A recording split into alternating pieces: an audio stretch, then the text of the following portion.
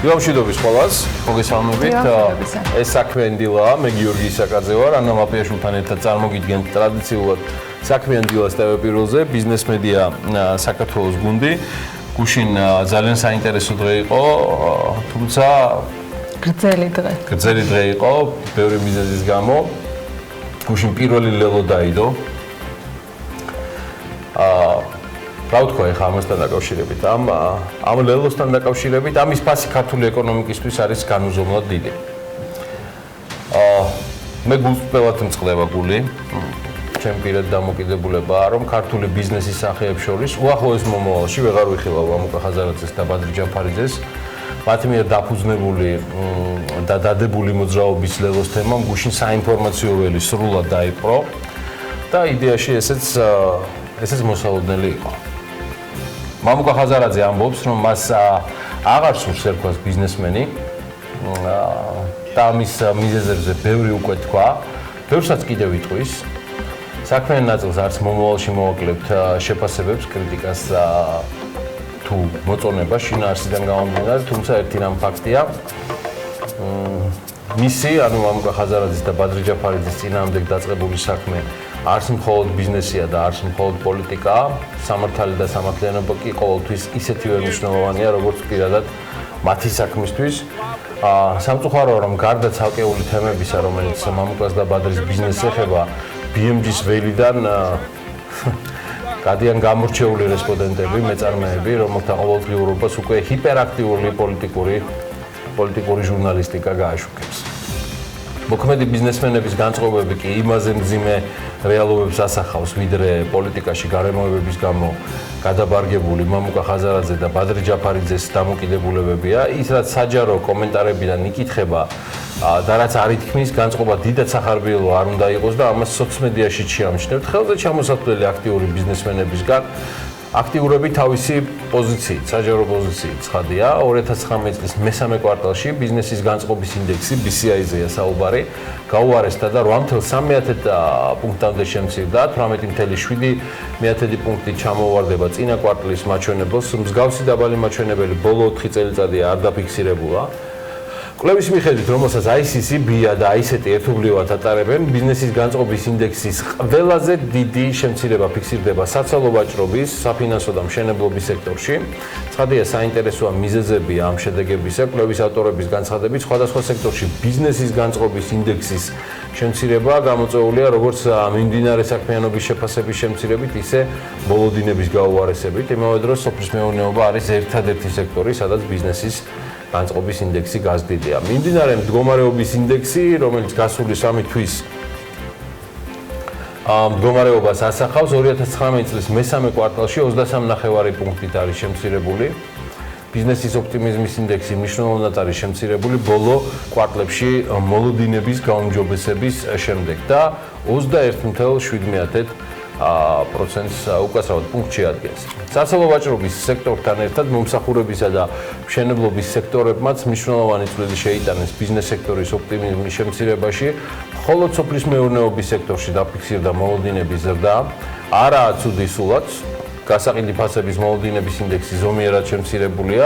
მოსალოდნელი ფასები მომსახურების და გადამამუშავებელი მრეწველობის სექტორში წინა კვარტალთან შედარებით შემცირებულია, მაშინ როცა სხვა სექტორში უფრო მაღალ ფასებს ელიან, მოლოდინი გაუარესებულია სამწუხაროდ დიდი ზომის და ასევე მცირე და საშუალო ზომის კომპანიებისთვის. საქმიანობის ყველაზე მნიშვნელოვანი შემზღუდელ ფაქტორად დიდი ბიზნესი სწორედ მოთხოვნის სიმცირეს ასახელებს, მცირე და საშუალო ბიზნესი კი კვლავ ფინანსებზე ხელმისაწვდომობას. მე მაინც შეგახსენებთ, რომ ეს არ არის ჩვენი შეფასებები. ამას საერთაშორისო სავაჭრო პალატა, BIA და ICT ერთობლივად ადგენენ, ამუშავებენ და აქვეყნებენ ჩვენი და სხვა პლატფორმების თუ რესურსების გამოყენებით. ეს შედეგები 2019 წლის მესამე კვარტლის მონაცემებიდან იკითხება და შედარებით მიმდინარე რეალობის გამოძახილია, ვიდრე გუშინ ამ სტუდიაში დაწყებული განხილვა ფრეიზერის ინსტიტუტის მსოფლიო ეკონომიკური თავისუფლების 2019 წლის ანგარიშისა, რომელიც 2017 წლის პერიოდს აფასებს. მე მადლობელი ვარ პაატა შეშელიძის და კოლეგების ახალი ეკონომიკური სკოლიდან გუშინდელი დეტალური ახსნისთვის, თუმცა ვინძლო ბევრი რამ მაინც განმეორებას საჭიროებს და ისევ მათ მიერ და მათი კოლეგების მიერ მომზადებულ ანალიტიკოსების მიერ მომზადებულ ანგარიშს დავიხმარ, სადაც საქართველოს 162 ქვეყანას შორის უმეტესად თავისუფალი სტატუსით მე-12 ადგილზე იმყოფება. წინა წელთან შედარებით საქართველოს ერთი საფეხურით დაწინაურდა, თუმცა კვლავ ჩამორჩება 2014 წლის მონაცემს, როდესაც მერვე ადგილი გვეკავა 8.1 სარეიტინგო ქულით. 2019 წლის კვლევა მომზადებულია, როგორც გითხარით, 2017 მონაცემებზე დაღდნობით და ზომავს ეკონომიკური თავისუფლების ხარისხს, როგორც ცალკეულ ქვეყნებში, ისევე მსოფლიოს მასშტაბით და აფასებს პირადი არჩევანის ხარისხს, ადგილობრივ და საერთაშორისო ბაზარზე შესვლის შესაძლებლობას, საკუთრების დაცულობას, კანონის უზენაესობას, სასამართლოს ვალუტის სტაბილურობას, ინფლაციას, ბიუროკრატიის წნეხს, ბევრი მაჩვენებელია. ჩვენი სარეიტინგო ქულა 10-დან 7.94-ია.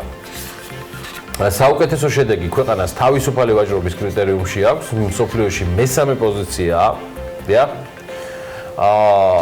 აქ საქართველოს სარეიტინგო ქულა 10-დან 8.74-ია. ყველაზე ცუდი პოზიცია ქვეყანას ფულადი პოლიტიკის კრიტერიუმშია. 76 და უკაცრავად 76 ადგილი. დაბალი სარეიტინგო ქულა საქართველოს სასამართლო სისტემის და კანონის უზენაესობის კრიტერიუმში მიიღო 6.34, რაც იმას ნიშნავს, რომ ერთ-ერთ მთავარ გამოწვევად კვლავ კანონის უზენაესობა რჩება, სასამართლო თავისუფლებისა და დამოუკიდებლობის კრიტერიუმში ქვეყნის სარეიტინგო ქულა 10-დან 4.27-ია, რაც 2015 წელთან შედარებით კიდევ უფრო გაუარესებული მაჩვენებელია მთელი 8 პუნქტით. 2015 წელთან შედარებით გაუარესებულია საქართველოს პოზიცია მიუკერძოებელი მოსამართლეების კრიტერიუმშიც. ამ შემთხვევაში საქართველოს 4.1 ქულა მიიღო, მაშინ როცა 2015 წელს 4.7 ქულა ჰქონდა. გაუარესებულია საკუთრების დაცვის კრიტერიუმიც, აქ 6.19 გვაქვს, ნაცვლად 6.29 2015-ში. ცირედით, მაგრამ გაუარესდა პოლიციის სანდოობის კრიტერიუმი, აქ 10-დან 7.2-ია და ამ კრიტერიუმში 2015 წელს საქართველოს 7.19 ქულა ჰქონდა. 7 ან გნებავთ როგორც 7.19. 2019 წლის კვლევით მოწინავე ათეულის ქვეყნებია ჰონკონგი, სინგაპური, ახალი ზელანდია, შვეიცარია, შეერთებული შტატები, ირლანდია, გაერთიანებული სამეფო, კანადა, ავსტრალია. ბოლო ათეულს კი კრავენ ერაყი, კონგოს რესპუბლიკა, ეგვიპტე, სირია, ანგოლა, კონგოს დემოკრატიული რესპუბლიკა, ანგოლა, ალჟირი, სუდანი, ლიბია. მე მგონი სწორად. კი ბატონო. და კვლევის მონაცემებით რუსეთი 95, ხოლო ჩინეთი 113 ადგილზეა. აღსანიშნავია, რომ ეკონომიკური თავისუფლების საშუალო მსოფლიო მაჩვენებელი 1950 წლიდან 2017 წლამდე გაიზარდა 4.96-დან 6.90-მდე და რეალურად იქ ვართ ამ წუთში, სადაც ვართ. გუშინვე იყო სხვათა შორის საასტუმრო შერატონში ეკონომიკური თანამშრომლობის და განვითარების ორგანიზაციის OECD-ის წარმომადგენლებთან შეხვედრა, რომლებმაც საქართველოსთან დაკავშირებით კიდევ ერთ რეიტინგზე, ოღონდ წინასწარ მონაცემებზე, საუბარი არის საქართველოს პირდაპირ უცხოურ ინვესტიციებისთვის ღიაობით და საინვესტიციო მიმზიდველობით მოწინავე და გამორჩეულ ქვეყნად დაასახელეს. ამ შეხვედრაზე OECD-ის ექსპერტებმა პრეზენტაციის სახით საქართველოს საინვესტიციო პოლიტიკის შეფასების ფარგლებში მიღებული პირველი მიგნებები წარადგინეს, რომლის თანახმადაც ქვეყანაში განხორციელებული და მიმდინარე დინამიური ეკონომიკური რეფორმების შედეგად შექმნილი საინვესტიციო გარემო დადებითად არის შეფასებული და OECD-ის წარმომადგენლები ამბობენ იმასაც, რომ ის უზრუნველყოფს საქართველოს მაღალ საინვესტიციო მიმზიდველობას საერთაშორისო დონეზე და ამას უდავო ლიდერად წარმოაჩენს რეგიონში. ეკონომიკის მინისტრის მოადგილისათვის გუშინ ამ შეხვედრაზე მოსმენილი შეფასება ნიშნავდა იმას, რომ ეკონომიკური პოლიტიკა დადებით გზავნილებს აკეთებს და ყველაფერი წესრიგშია. ძალიან კარგადაც კი. ის, რაც OECD-ის წინასწარ ანგარიში იყო წარმოდგენილი, კიდევ ერთხელ მკაფიოდ უსვამს ხაზს მთავრობის მიერ არჩეულ სწორ ეკონომიკურ პოლიტიკას, იმ რეფორმების მიმდინარეობას, რომელიც ეფექტიანად ხორციელდება და ფართოდ უღებს კარს საერთაშორისო კომპანიებს, რომ მათ წარმატებით განახორციელონ ინვესტიციები საქართველოში. აი ეს თქვა ამ შეხვედრის დასრულების შემდეგ ნიკოლოზ ალავიძემ. თავად ეკონომიკის სამინისტრომ ასე გაავრცელა ამ შეხვედრის შესახებ ინფორმაცია და ეკონომიკის მინისტრის მოადგილის მიერ გაკეთებული განცხადება. რაც შეეხება ამ ყველაფერს, რეგიონში ლიდერობა რომ დიდი ვერაფერია, ეს ერთი და მეორე, როცა დადებით შეფასებაზე ასეთი აღტკინებულები ვხდებით, კრიტიკაც რომ უნდა მივიღოთ ხოლმე, ამაზე შეთანხმებაც არ იქნება ურიგო. თან როცა ეკონომიკის მინისტრის მოადგილე ამბობს, რომ იმ ყველაფრის ფონზე რომ 54%-ით შემცირებულია FDI, საქართველოს მიმზიდველი ქვეყანაა უცხოური ინვესტიციებისათვის. მაშინ რატომ არ შემოდის ეს ინვესტიციები? კითხვა ალბათ მარტივი დასასმელია. კითხვის გარეშეც იყო რეკომენდაციები და ამ რეკომენდაციებსაც დასჭირდება ალბათ შესრულება იმისათვის, რომ ეს პოზიტიური გზავნილები რაიმე ფორმით აისახოს კიდეც ქვეყანაზე. არც სხვა კითხვებზე მე დავამატებ ძირძველზე სურს ან კომფორტშია ხელისუფლება გასცეს პასუხი. იგივე მოხდა პარლამენტის საფინანსო საბიუჯეტო კომიტეტის ხდომაზე მისული ფინანსური მონიტორინგის სამსახურის ხელმძღვანელი არ პასუხობს ჩვენი ოქროს სალომე მეცხვარიშვილის კითხვას, რატომ დაიწყეს 11 წლის წინანდელი ტრანზაქციის შესწავლა, რომელიც მამუკა ხაზარაძეს და ბადრი ჯაფარიძეს საქმეს ეხება ავთანდილ წერეთელთან ერთად. ეხლა სხვა საკითხზე ვარ, თუ უპასუხა პატიმო ხასაშვილმა, რომელიც ამ სამსახურის ხელმძღვანელობას კიდევ რამდენიმე ხნის განმავლობაში გულისხმობთ ვორშტები რამდენიმე რაღაც გარკვეული პერიოდით, შემდეგ ვადაგაზდის და სავარაუდოდ დატოვებს პოსტს და ისე რომ ამ კითხვაზე პასუხს არ გასცემს. მათ შორის არავინ არ მოიკითხავს ამაზე პასუხს. არ მოიკითხავენ არც პარლამენტარები, რადგან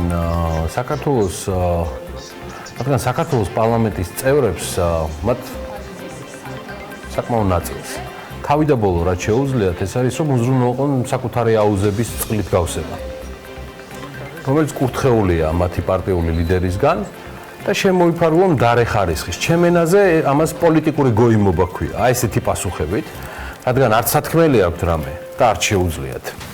ვერც კითხვას ვერ დასვამენ, რადგან შეზღუდვებია და მრავალმხრივი, მათ შორის ინტელექტუალურიც. კარგი, მოდი მიმოვიხილოთ ახლა საქართველოს ვალის ამბავი კიდევ ერთხელ, ესეც ხშირად გამხდარა, აც უკვე უმაღლესი თანამდებობის პირების მხრიდან манипуლირების საგანი. მიმდინარე წლის აგვისტოში საქართველოს სახელმწიფო ვალის მოცულობა 157 მილიონი ლარით გაიზარდა და 20 მილიარდს გადააჭარბა ლარში ცხადია, დოლარში გამოსახული საგარეო სახელმწიფო ვალი არის გაზრდილი ამხანაგებო, იქნებ გაიგოთ და შეიტყოთ 51 მილიონი დოლარით. აგვისტოში საშინაო სახელმწიფო ვალი 106 მილიონი ლარით გაიზარდა. 31 აგვისტოს მდგომარეობით საქართველოს საგარეო სახელმწიფო ვალი 15 მილიარდ 900 მილიონი ლარია, ხოლო საშინაო სახელმწიფო ვალი 4 მილიარდ 200 მილიონი. საქართველოს საგარეო სახელმწიფო ვალის 73% საერთაშორისო ორგანიზაციებზე მოდის, მათ შორის საქართველოს ყველაზე მეტი ვალი, ანუ 5 მილიარდ 600 მილიონი მსოფლიო ბანკის აქვს. ქვეყნების მიხედვით საქართველოს ყველაზე მეტი ვალი 914 მილიონი კვლავ გერმანიის ფედერაციული რესპუბლიკის აქვს. შემდეგ მოდის საფრანგეთი 684 მილიონი და საქართველოს სახელმწიფო ვალის მთლიანი შიდა პროდუქტის მიმართ, არ უნდა ხელისაწევა და ისე დავიმახსოვროთ, 46.2%-ია. მთლიანი შიდა პროდუქტის 46.2%-ია. დაჯექით თითიანი. ცოტაც ფინანსურ სექტორზე. რამდენიმე დღის წინ საინტერესოდ საუბრობდა ამ ინდუსტრიის ბიზნეს ასოციაციის თავკაცი დევი ხეჩინაშვილი ჩვენთან სტუდიაში. მადლობა საინტერესო ინტერვიუსთვის ანას და თათია ჩაფიჩაძეს. მეგონი თათიასთან ერთად დაინტერვიუეთ ბატონი დევი. კი ბატონო. დღევანდელი მონაგარი უკვე რაც Forbes-მა და წიწი კვინტრაძემ დათვალეს არის შემდეგი. ქართული სადაზღვევო კომპანიების წმინდა მოგება ამ დროისთვის იზრდება. წლის პირველ ნახევარში კომპანიებმა 19.5 მილიონი ლარის წმინდა მოგება დააგენერირეს, რაც წინა წლის ანალოგიურ პერიოდს 3.200.000 ლარით აღემატება. ეს არის ძალიან კარგი, ქალბატონებო და ბატონებო, როცა ქართული კომპანიები, კონკრეტული ინდუსტრიები, ბანკები, სადაზღვევო კომპანიები მოგებას წერენ. იზრდება კომპანიების მიერ მოზიდული სადაზღვევო პრემიის მოცულობა და მან წლის პირველ 6 თვეში 345 მილიონი ლარი შეადგინა. საქართველოში სულ არის 17 სადაზღვევო კომპანია რეგისტრირებული და მათგან 16 ფლობს როგორც სიცოცხლის, ასევე ყველა სხვა ტიპის არასიცოცხლის დაზღვევის ლიცენზიას, ხოლო ერთი მათგანი მხოლოდ არასიცოცხლის დაზღვევის ლიცენზიას, მოზიდული სადაზღვევო პრემიით ბაზარზე იმედიელი ლიდერობს, მას მოსდევს GPI და ალდაგი. წლის პირველ 6 თვეში ყველაზე დიდი მოცულობით ზარალი კომპანია უნისონმა აუნაზღაურა, ანაზღაურებული ზარალის მოცულობით მეორე ადგილზე GPI-ა, მესამეზე კი იმედიელი. სამედიცინო ჯანმრთელობის დაზღვევის სახეობაში მოზიდული პრემიის მიხედვით ბაზარზე კი იმედიელი ლიდერობს კომპანიამ 6 თვეში დაზღვევის ამ სახეობებიდან 52 მილიონ 100,000 ფლობსტები კი ესეა მოიზიდა და ბაზრის 36%-იანი წილით დაიკავა. მეორე ადგილზე GPI-ა 31 მილიონით, ცოტა მეტი 31 მილიონ 300,000 და ბაზრის 22% უკავია. მესამე ადგილზე კომპანია არდია, რომელმაც 6 თვეში 19 მილიონ 300,000 ლარი მოიზიდა და ბაზრის 13%-იანი ნიში დაიკავა. სხვა კომპანიებზე კი ბაზრის 29% მოდის ჯამურად. სახმელეთო სატრანსპორტო საშუალებების დაზღვევის სახეობაში მოზიდული პრემიით TBC დაზღვევა ლიდერობს, მას მთლიანი წილის 25% უკავია, მეორე ადგილზე ალდაგია 19-ით, მე-16%-იანი წილით დაზღვევის ამ მიმართულებაში არის GPI. ქონების დაზღვევის სახეობაში ლიდერი ალდაგია, მასზე მოზიდული პრემიის 37% მოდის, ალდაგს მოსდევს TBC და GPI 17 და 15%-იანი ბაზრის წილით, სიცოცხლის დაზღვევის ბაზარი 45% TBC-ზე მოდის, 36% ალდაგზე, 16 იმედიელზე. დარჩენილი წილი კი მთლიანად სხვადასხვა კომპანიებზე ნაწილდება. სამოქალაქო პასუხისმგებლობის დაზღვევის სახეობაში ლიდერი ალდაგია, რომელსაც მთლიანი ბაზრის 54% უკავია. 11%-ით მეორე ადგილზე, მეორე და მესამე ადგილებს პრინციპში იყოფენ უკვე GPI და უნისონ. აი ესეთი ვითარება იმაზე. სადაზღვევო სექტორი ძალიან საინტერესო წელშია და მით უმეტეს წინ ბევრი საინტერესო. კარგად ტემპი არ არის არავისთვის საკმარისი, ბევრია მათ ხო, მაგრამ კიდევ ბევრი საინტერესო პროცესი იქნება, ამაზეც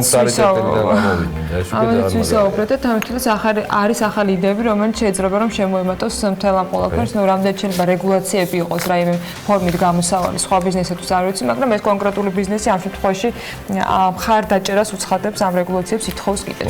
ბევრი რიცხვის და რეიტინგების გამო იმედია დილა ძალიან არ გადაიტვირთება, მაგრამ ჯამში ანალიზისათვის და საერთო სურათისათვის კარგად დასანახად ალბათ ერთიანად ყველაფრის თავმოყრად საინტერესო და გუშინ აგვისტოსთვის აეროპორტების განახლებული სტატისტიკის გამოქვეყნების შემდეგ გადავწყვეტ რომ ესეც გაგიზიაროთ. ზაფხულის ბოლო თვეს საქართველოს 5-ვე აეროპორტი ჯამში 583,104 მგზავრს მოემსახურა და ეს არის 11%-ით ნაკლები წინა წლის იმავე პერიოდს თუ შევადარებთ მონაცემებს. აეროპორტების გაერთიანებამ დათვალა სტატისტიკა და აღნიშნეს, რომ იანვრიდან აგვისტომდე საქართველოს აეროპორტები ჯამში 3,640,000-ზე მეტ მგზავრს მოემსახურა და ეს 8%-იან ზრდას აჩვენებს საერთო წილში. საერთაშორისო აეროპორტებიდან აგვისტოს თვე იყო მგზავრთნაკადის მატებით მხოლოდ ქუთაისი გამორჩეული, რადგან მის სტატისტიკაზე ყველაზე ნაკლები გავლენა სწორედ რუსეთიდან პირდაპირი ავიარეისების შეჩერებამ გამოიწვია. ზრდის იმ დინამიკიდან გამომდინარე, რაც საქართველოს აეროპორტებში ფიქსირდება ბოლო წლების განმავლობაში, მათ შორის 2019 წლის 2 კვარტალში ჰქონდა მოლოდინი, რომ აგვისტოს თვეშიც იქნებოდა ვიზიტორების უპრეცედენტო მატება, თუმცა 20 ივნისის შემდეგ განვითარებულმა მოვლენებმა საპირისპირო სურათი და შედეგი მოგვცა. წლის პირველ ნახევარში დაფიქსირებული ზრდის დინამიკის გათვალისწინებით, აგვისტოში 759,000-ის ნაცვლად, რაც 14%-იან ზრდას წარმოადგენდა. საქართველოს აეროპორტები ჯამში 583,104 მგზავრს მოემსახურა და ეს არის 11%-იანი კლება. ხაზგასასმელია, რომ კლება, რომელიც აგვისტოში დაფიქსირდა, არის მაქსიმალურად მინიმიზებული საქართველოს მთავრობის იმ ნაბიჯების შედეგად, რომელიც გადაიდგა და ამჟამად გრძელდება რუსეთის მიერ ფრენების აკრძალვის გამო დაზარალებული სექტორის დასახმარებლად. აი ასეთი იყო განმარტება აეროპორტების გაერთიანების მხრიდან. დეტალურ სტატისტიკას თუ ჩავხედავთ, საბოლოო ჯამში ასეთ რიცხვებს ვნახავთ, რომ თბილისის საერთაშორისო აეროპორტი ჯამში აგვისტოში 14%-ით ნაკლებ მგზავრს მოემსახურა და თუ ავიღებთ იანვარ-აგვისტოს პერიოდს ზრდა მაინც იყო და ეს ზრდა შეადგენდა 3%-ს. ბათუმის საერთაშორისო აეროპორტშიც იყო კლება, აქ 20%-იანი მინუსით გვაქვს მგზავრთნაკადის რაოდენობა, მაგრამ 8 თვის ჯამი არის 5%-იანი ზრდით დაფიქსირებული. ქუთაისის საერთაშორისო აეროპორტს რაც შეეხება, როგორც გითხარით, ეს ერთადერთი საერთაშორისო აეროპორტი იყო აგვისტოს თვეში, როდესაც ზრდა აჩვენა ამ კონკრეტულმა აეროპორტმა მგზავრთნაკადის ნაწილში და ეს ზრდა იყო 22%-იანი. 8 თვის ჯამში კი მთელი 41%-ით გაიზარდა მგზავრთა რაოდენობა. მესტისა და ამბროლაურის აეროპორტები ჯამურად იანვარ-აგვისტოში მოემსახურნენ 6361 მგზავრს და აქ ზრდამ შესაბამისად ამ რიცხვით შეადგინა 16%. ეს აეროპორტების ნაწილში და ალბათ საინტერესოა რუსული ავიაკომპანიების გამოკვლევის შემდეგ რა მოხდებოდა ბაზარზე მოთამაშეებს შორის, თუმცა ჯერ მხოლოდ პირველი 6 თვის მონაცემები გვაქვს, კონკრეტულად ვინ რამდენ მგზავრს მოემსახურა ავიაკომპანიების მიხედვით, მათ შორის რუსული ავიაკომპანიებიც ჩანან და ადვილად შეამჩნევთ, რომ ისინი საკმაოდ დიდ წილს იკავებდნენ ამ ნაწილში, ჯამურად მით უმეტეს, მაგრამ ლიდერებს შორისაც აღმოაჩენთ. აი 2019 წლის პირველ ნახევარში საქართველოში მოქმედი ავიაკომპანიები ჯამში 2,492,268 მგზავრს მოემსახურნენ და როგორც სამოქალაქო ავიაციის სააგენტო განმარტავს, ნახევარი წლის შედეგებით საავიაციო ბაზარზე ლიდერი არის ვიზიარი, რომელმაც ჩაანაცვლა სხვა კომპანია, ქუთაისის საერთაშორისო აეროპორტიდან ახორციელებს ვიზიარი ფრენებს და ამ წლის პირველ ნახევარში ამ კომპანიამ შეძლო, რომ 348,850 მგზავრს მომსახურებოდა და ეს მისი კონკრეტული მგზავრების რაოდენობით 14%-იანი წილი არის მთლიანად ბაზრისა. საქართველოში მოქმედი ავიაკომპანიების პირველი ათეული გადაყვანილი მგზავრობის რაოდენობის მიხედვით კი ასე გამოიყურება. ვიზიარს მოსდევს Georgian Airways-ი, მას მთლიანი ბაზრის 11%-იანი წილი უკავია, Turkish Airlines-ია შემდეგი 10%-იანი წილით და მეოთხე ადგილზე ურალის ავიახაზებია 7%-იანი წილით, რა თქმა უნდა, პირველ 6 თვეს გულისხმობ ამ შემთხვევაში. მას ობედა მოყვება ასევე 7%-იანი წილით. მე-6 ადგილს კი უკრაინის საერთაშორისო ავიახაზები იკავებენ, ამ ავიაკომპანიის წილი ბაზარზე 4% იყო, Fly Dubai-საც 4% ეკავა და Aeroflot-საც 4%-იანი წილი ჰქონდა. ციმბირის ავიახაზებსაც ანალოგიურად მთლიანი ბაზრის 4% ჰქონდა. პეგასუსის შემთხვევაში ბაზრის წილი 3%-ს უტოლდებოდა. კიდევ ძალიან ბევრი ავიაკომპანია ოპერირებს, მაგრამ ეს არის ათეული, რომელიც პირველი 6 თვის მონაცემებით შეგვიძლია რომ შევადგინოთ. ავიაკომპანიების მიერ გადაყვანილი მგზავრების შესახებ სრული სტატისტიკური ინფორმაცია თავის მხრივ შეგიძლიათ რომ სამოქალაქო ავიაციის სააგენტოს მიერ შედგენილ ანგარიშში ნახოთ და ათეულს მიღმა ინფორმაციაც მიიღოთ, რა თქმა უნდა. საინტერესო იქნება ცალსახად როგორ გადანაწილდება ბაზარი მას შემდეგ, რაც რუსული ავიაკომპანიები გამოაკლდა ქართულ ბაზარს და ამასთან დაკავშირებით ანალიტიკაც უახლოეს მომავალში გვექნება შესაბამისი სტრუქტურების მხრიდან.